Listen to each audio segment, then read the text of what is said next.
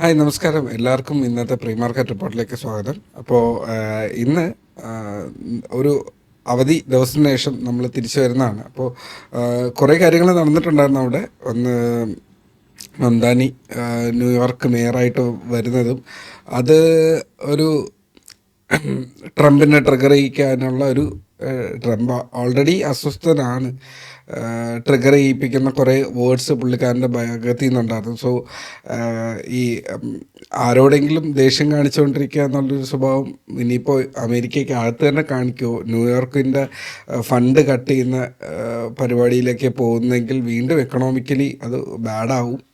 U എസിൻ്റെ എക്കോണമിയെ തന്നെ സ്വയം കുത്തി നശിക്കുന്ന ഒരവസ്ഥയിലേക്ക് കൊണ്ടുപോകാനുള്ള ഒരു സാധനം അവിടെ കിടപ്പുണ്ട്. ഓക്കെ, അതവിടെ നിൽക്കട്ടെ. അത് വരും ദിവസങ്ങളിലെ വരും കാലങ്ങളിലെ കാര്യങ്ങളാണ്. നമ്മുടെ ഇന്ത്യൻ മാർക്കറ്റിലേക്ക് വന്നു കഴിഞ്ഞാൽ ഇപ്പോൾ MSCI റീബാലൻസിങ് നടക്കുന്നുണ്ട്.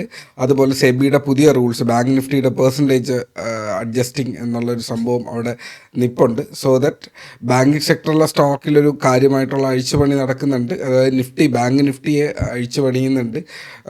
ഹെവി വെയിറ്റ് ആയിട്ടുള്ള നിഫ്റ്റിയുടെ മേലിലുള്ള പെർസെൻറ്റേജ്, അതുപോലെ നമ്മുടെ നിഫ്റ്റിയുടെ മേലിലുള്ള പെർസെൻറ്റേജിലും കാര്യമായിട്ടുള്ള മാറ്റങ്ങൾ വരും കാലങ്ങളിലുണ്ടാവും.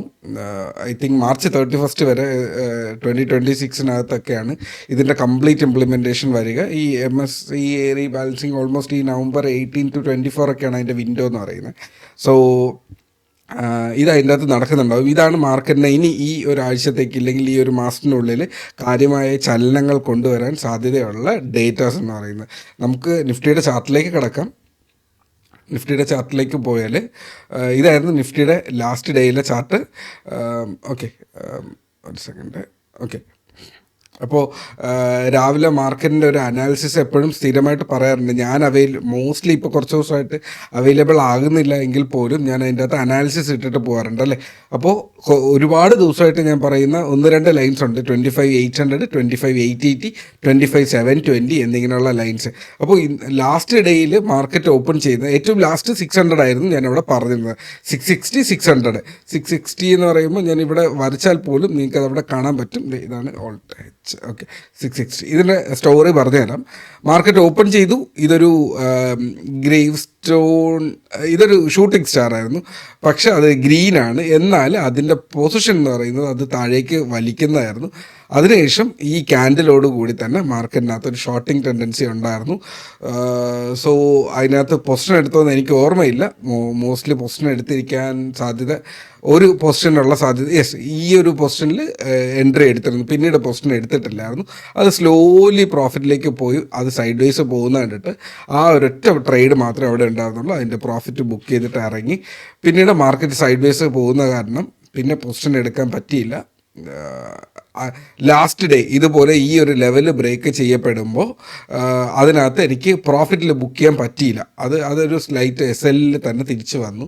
സോ ട്രailing SL ഹിറ്റ് ചെയ്ത് പോയി. അതുകൊണ്ട് തന്നെ ഇപ്രാവശ്യം ബ്രേക്ക് ചെയ്തപ്പോൾ ട്രailing SL കയറുന്നതിന് പകരം അത് ട്രയൽ ചെയ്യുന്നതിന് പകരം അതിനെ ബുക്ക് ചെയ്ത് അങ്ങ് പോയി എന്നുള്ളതേ ഉള്ളൂ. പിന്നീട് അത് വന്ന് ഹിറ്റ് ചെയ്തു. പക്ഷേ ഞാൻ ആ സമയത്ത് അവൈലബിൾ അല്ലായിരുന്നു. കുറച്ച് ദിവസമായിട്ടുള്ള തിരക്കുകൾ കാരണം ഞാൻ അവൈലബിൾ അല്ല. അതുപോലെ പുതിയ ബാച്ചിൻ്റെ അഡ്മിഷനും കാര്യങ്ങളൊക്കെ നടക്കുന്നുണ്ട്. നാളെ ഒക്കെ ആകുമ്പോഴേക്കും അതിൻ്റെ അഡ്മിഷൻ ക്ലോസ് ചെയ്യുന്നുണ്ടാവും. അത്യാവശ്യം ആൾക്കാർ അതിനകത്ത് ജോയിൻ ചെയ്തിട്ടുണ്ട്. ആർക്കെങ്കിലും ആവശ്യമുണ്ടെങ്കിൽ എനിക്കൊരു മെസ്സേജ് ഇട്ടിരുന്നാൽ മതി. ഓക്കെ, ഇപ്പോൾ 25,720 ഈ വരച്ചിരുന്ന ബോക്സ് ബ്രേക്ക് ചെയ്തിട്ട്, ഇത് ഒരുപാട് ദിവസമായിട്ടുണ്ടായിരുന്ന ഒരു ബോക്സാണ്.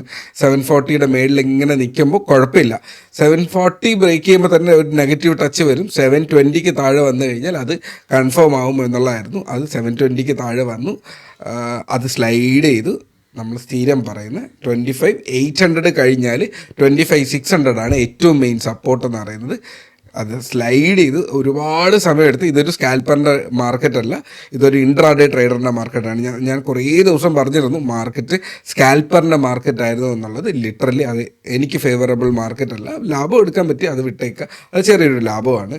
എന്നാൽ അത് ലോങ് പോകുന്ന ഒരു ട്രേഡ് എടുത്തിട്ട് ആ ഒരു ട്രെൻഡിനെ കണ്ടിന്യൂ ചെയ്ത് പോകുന്ന ഒരു ഇൻട്രാഡേ ട്രേഡറിൻ്റെ ദിവസമായിരുന്നു. നമ്മൾ കണ്ടിട്ടുണ്ട് പല ടൈപ്പ് ഓഫ് യൂട്യൂബേഴ്സ് ഉണ്ട്, പല ടൈപ്പ് ഓഫ് ട്രേഡേഴ്സ് ഉണ്ട്. ചില യൂട്യൂബേഴ്സിനെ കാണാം നമ്മൾ ഒരുപാട് സമയം ഒരു പൊസിഷൻ കയ്യിൽ കീപ്പ് ചെയ്യുന്ന, ചിലർ ഫ്രാക്ഷൻ ഓഫ് സെക്കൻഡിനകത്ത് തീരും.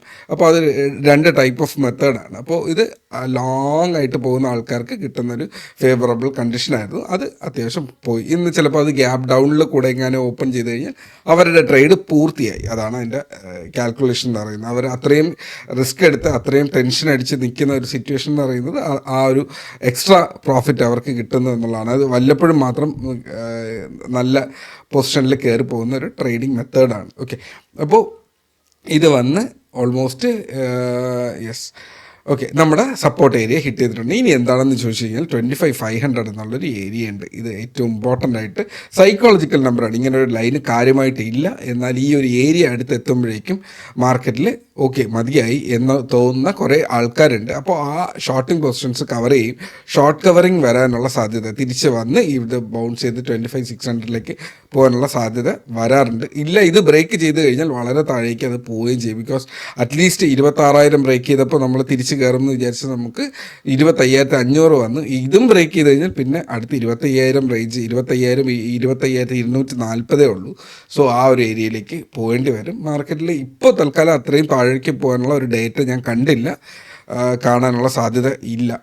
ഒരു ഡേറ്റ ഉണ്ട്. ഈ MSCI റീബാലൻസിങ് വരുന്ന സമയത്ത് ഹെവി വെയ്റ്റ് സ്റ്റോക്സിൻ്റെ വെയിറ്റേജ് കട്ട് ചെയ്യും. അതായത് HDFC ബാങ്കിൻ്റെ, റിലയൻസിൻ്റെയൊക്കെ വെയിറ്റേജ് കട്ട് ചെയ്ത് കാരണം ചിലപ്പോൾ അതിനകത്തൊരു പ്രോഫിറ്റ് ബുക്കിങ്ങോ അതിനകത്തൊരു സെല്ലിംഗ് പ്രഷറോ വന്നു കഴിഞ്ഞാൽ അത് മാർക്കറ്റിനെ സ്വാധീനിക്കാം. അല്ലാണ്ട് മാർക്കറ്റിൻ്റെ തകരാനുള്ളൊരു ഡേറ്റ അവിടെ ഇല്ല. മാർക്കറ്റ് അഡ്ജസ്റ്റ് ചെയ്യുന്നത് കാരണം ആ value, the change in adjustment ഇൻഡെക്സിൻ്റെ വാല്യൂവിൽ കുറവ് സംഭവിച്ചേക്കാം. അത് മാത്രമേ ഉള്ളൂ. അതൊരു കാര്യമായിട്ടുള്ള നിങ്ങളുടെ സ്വിംഗ് പൊസിഷനിലൊന്നും അത് കാര്യമായിട്ട് അഫക്റ്റ് ചെയ്യാൻ പോകുന്നില്ല.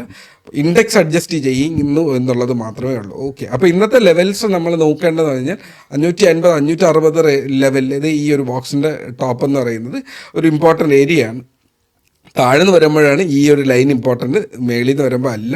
ഓക്കെ, അതുകൊണ്ടാണ് ഞാൻ താഴത്തെ ലൈനിനെ വരയ്ക്കാത്തതും ഒന്നും പറയാത്തതും. ഇത് 550, 500 റേഞ്ച് ഒരു ബ്രേക്ക് പിടിക്കുന്ന ഒരു ഏരിയ ആണ്. സോ നോക്കാം. മാർക്കറ്റിൽ നിന്ന് ഓപ്പൺ ചെയ്യാൻ സാധ്യത ഫ്ലാറ്റായിട്ട് തന്നെ, ഫ്ലാറ്റ് 600 തൊട്ട് മേളിലോ താഴെയോ ആയിരിക്കാം. വെയിറ്റ് ചെയ്യുക. ആദ്യത്തെ 15 മിനിറ്റ് വെയിറ്റ് ചെയ്യുക. നമ്മൾ ഇവിടെ പറഞ്ഞതുപോലെ ഓപ്പണിംഗ് റേഞ്ച് ബ്രേക്കൗട്ട് നല്ലത് തന്നെയാണ്. ആ ഒരു ഇൻഡിക്കേറ്റർ ഇല്ലെങ്കിൽ ആ ഒരു ട്രേഡിംഗ് സ്ട്രാറ്റജി നല്ലത് തന്നെയാണ്. പക്ഷേ ഫുൾ ക്യാപിറ്റൽ കൊണ്ടുവന്നത് മാർക്കറ്റിൽ എൻ്റെ കയ്യിലൊരു 1 ലക്ഷം രൂപ ഉണ്ടെങ്കിൽ 1 ലക്ഷം രൂപയുടെ ഓപ്ഷൻ പൊസിഷൻ എടുക്കുന്ന ആൾക്കാർ ഞാൻ കണ്ടിട്ടുണ്ട്.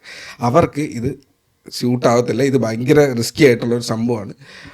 ചെറിയ ക്യാപിറ്റൽ ട്രേഡ് ചെയ്യുന്ന, വളരെ അഡ്ജസ്റ്റ് ചെയ്യുന്ന, കയ്യിലിരിക്കുന്ന ക്യാപിറ്റലിൽ ചെറിയൊരു പെർസെൻറ്റേജ് രാവിലത്തെ ട്രേഡിൽ ഇറക്കുന്ന ആൾക്കാർക്കാണെങ്കിൽ അത് വലിയ കുഴപ്പമില്ലാത്തൊരു സിറ്റുവേഷനാണ്. ഞാൻ ഈ പറഞ്ഞു തരുന്നതിൻ്റെ ഉള്ളിൽ നിങ്ങൾക്ക് റീഡ് ചെയ്യാൻ പറ്റുന്ന കുറേ കാര്യങ്ങളുണ്ട്. സോ എല്ലാം ഓപ്പണായിട്ട് പറയുന്നതിന് പകരം നിങ്ങൾ മനസ്സിലാക്കുക, ഇതിൻ്റെ ഉള്ളിൽ കുറേ ഫസ്റ്റ് ക്യാൻഡിലുകൾ ട്രേഡ് ചെയ്യുമ്പോൾ അതിൻ്റേതായ പ്രശ്നങ്ങളും ഉണ്ട്, അതിൻ്റേതായ ഭീകരമായിട്ടുള്ള റിട്ടേൺസും ഉണ്ട് എന്നുള്ളത്. ഹൈ റിസ്ക് ഹൈ റിവാർഡിൽ ഏറ്റവും high risk high reward strategy തരുന്നതും ഈ ORB തന്നെയാണ് എന്നുള്ളത് ആലോചിക്കുക. സോ അതിനനുസരിച്ചിട്ട് ശ്രദ്ധിക്കുക. ഇത് യൂട്യൂബിൽ അങ്ങനെ അധികം ആരും പറയാറില്ല ആ ഒരു സംഭവത്തിൽ ഇത്രയും റിസ്ക് കൂടെ ഉണ്ട് എന്നുള്ളത്. സോ ശ്രദ്ധിക്കുക. കൃത്യമായിട്ട് SL ഇല്ലാത്ത ഒരു ട്രേഡർ അയാളുടെ ലൈഫിലെ ഏറ്റവും വേസ്റ്റ് നിമിഷമായിരിക്കും രാവിലെ, ഇല്ലെങ്കിൽ എക്സ്പയർഡ് ലാസ്റ്റ് 1 hour എന്ന് പറയുന്നത്, ഇല്ലെങ്കിൽ ലാസ്റ്റ് ഒരു 3 hour ട്രേഡ് ചെയ്യുക എന്ന് പറയുന്നത്.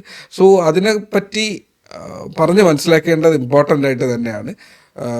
സോ അതുകൊണ്ട് അത് പറഞ്ഞു എന്നുള്ളത് മാത്രമേ ഉള്ളൂ. സോ അടുത്തിനി എന്ത് ഫ്രണ്ടിലേക്കെന്ന് ചോദിച്ചു കഴിഞ്ഞാൽ കുറേ സ്റ്റോക്സ് അഡ്ജസ്റ്റ് ചെയ്യപ്പെട്ടേക്കാം. അപ്പോൾ രാവിലെ നോക്കുക, മാർക്കറ്റിൽ ആദ്യത്തെ അഡ്ജസ്റ്റ്മെൻറ്റ് നടക്കുന്ന സ്റ്റോക്കുകൾ നിങ്ങൾ വാച്ച് ചെയ്ത് ഇൻട്രാഡേ ചെയ്യുന്ന വ്യക്തികൾക്ക് അത് നോക്കുക എന്നുള്ളതാണ്. സോ മാർക്കറ്റ് ഓപ്പൺ ചെയ്യുന്ന ആദ്യത്തെ ഒരു 15 മിനിറ്റ് ഡയറക്ഷൻ ഒന്ന് കിട്ടാൻ സാധ്യതയുണ്ട്. ഇതിനകത്ത് നിങ്ങൾക്കറിയാം, ഇനി ഞാൻ എത്ര വരയ്ക്കണം എന്നുള്ളത് ഇല്ലെന്ന് തോന്നുന്നു, എങ്കിലും ഒരു ലൈവിൽ നിൽക്കുമ്പോൾ അത് പറഞ്ഞ് മനസ്സിലാക്കുക. ഇതൊരു ട്രെൻഡ് കണ്ടിന്യൂവേഷൻ പാറ്റേൺ ആണ്. സോ ഈ ഒരു ട്രെൻഡ് കണ്ടിന്യൂ ചെയ്യപ്പെട്ടേക്കാം, അൺലെസ് ഒരു ഒരു ഫോഴ്സ്, ഇതിനെ ബ്രേക്ക് ചെയ്യുന്ന ഒരു ഫോഴ്സ് ഇല്ല എന്നുണ്ടെങ്കിൽ, സോ ഇതിനനുസരിച്ചിട്ട് ഈ ട്രെൻഡ് ഇപ്പോഴും നെഗറ്റീവ് തന്നെയാണ്, സപ്പോർട്ട് എത്താറായി എന്നുള്ളത് ഞാനവിടെ സൂചിപ്പിച്ചിട്ടുണ്ട്. സോ നിങ്ങൾക്ക് അതിനനുസരിച്ചിട്ടായിട്ടുള്ള പൊസിഷൻസ് സെറ്റ് ചെയ്യുക എന്നുള്ളതാണ്. സോ ഇത്രയേ ഉള്ളൂ ഇന്നത്തെ ലെവൽസ്. ക്രൂഡ് ഓയിൽ ഇന്നലെ ഒരു ലാസ്റ്റിൽ ഗ്രൂപ്പിനുള്ളിൽ ചോദിച്ചിട്ടുണ്ടായിരുന്നു ഒരു നെഗറ്റീവ് ഫോർമേഷന്. അപ്പോൾ ട്രെൻഡ് നെഗറ്റീവായിട്ട് തന്നെയാണ് അവിടെ ഷെയർ ചെയ്തിരുന്നത്. എന്നാലും പെട്ടെന്നൊരു ബൗൺസിങ് വന്നു, എന്നിട്ട് ആ ബൗൺസിങ് അപ്പം തന്നെ സെൽ ഓഫ് ചെയ്ത് വീണ്ടും ആ ട്രെൻഡ് താഴേക്ക് തന്നെ വീണ്ടും ആയിട്ടുണ്ട്. സോ ഇതാണ് ക്രൂഡ് ഓയിൽ എന്ന് പറയുമ്പോൾ, അതിനൊരു ട്രെൻഡ് ക്ലിയർ ആയി കഴിഞ്ഞാൽ പിന്നെ അതിൻ്റെ ബാക്കിൽ നിന്ന് തന്നെ പോകും. ഇടയ്ക്കൊന്ന് ബൗൺസ് ചെയ്യും, ആ ഒരു ബൗൺസിങ് പോയി 400 ഹിറ്റ് ചെയ്ത് തിരിച്ചു വന്നു. സോ ഇനി ഞാൻ ഈ വീഡിയോ ഇത്രയും വലുതാക്കുന്നില്ല, ഓൾറെഡി അത് ഭയങ്കര വലുതായിപ്പോയി. സോ എന്തെങ്കിലും ഡൗട്ട്സ് ഉണ്ടെങ്കിൽ ഗ്രൂപ്പിനകത്ത് ചോദിക്കുക. ബാച്ചിൽ എന്തെങ്കിലും ജോയിൻ ചെയ്യാൻ താല്പര്യം ഉണ്ടെങ്കിൽ എനിക്ക് പേഴ്സണൽ മെസ്സേജ് ഇടുക. സോ നാളെ കാണാം. Trade safe, take care, by.